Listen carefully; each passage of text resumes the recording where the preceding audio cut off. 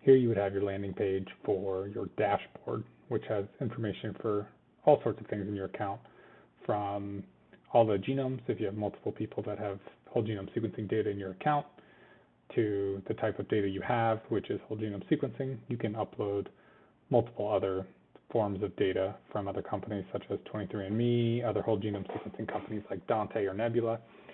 Then you have our proprietary apps, our next-gen disease screen and our health scan, as well as any recent results, any reports that you've purchased, like the MTHFR report that we spoke about before.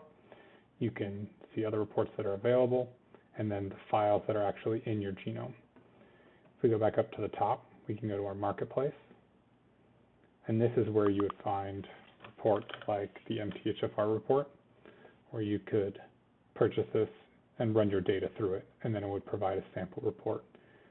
I don't know if this one's working right now, but I can send you a copy of that as well. So then we're going to go back to the dashboard. What we were speaking of is how to search the data.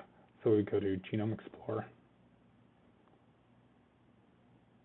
and here it would give a guide, kind of goes over what each thing means, just a little explanation for people that don't have a strong knowledge base for genetics.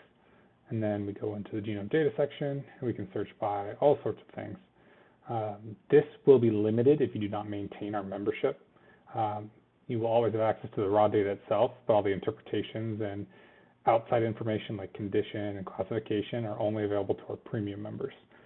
So you have the gene, because we talked about the MTHFR.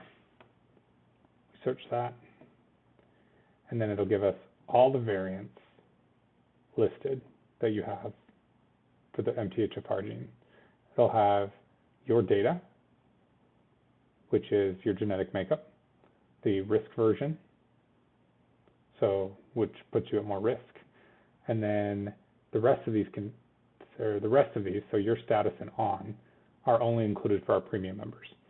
So you have your status, which if you have this, it means possible risk. These are harmless variants, so whether you have them or not doesn't really matter. And it goes through condition, classification, and then confidence.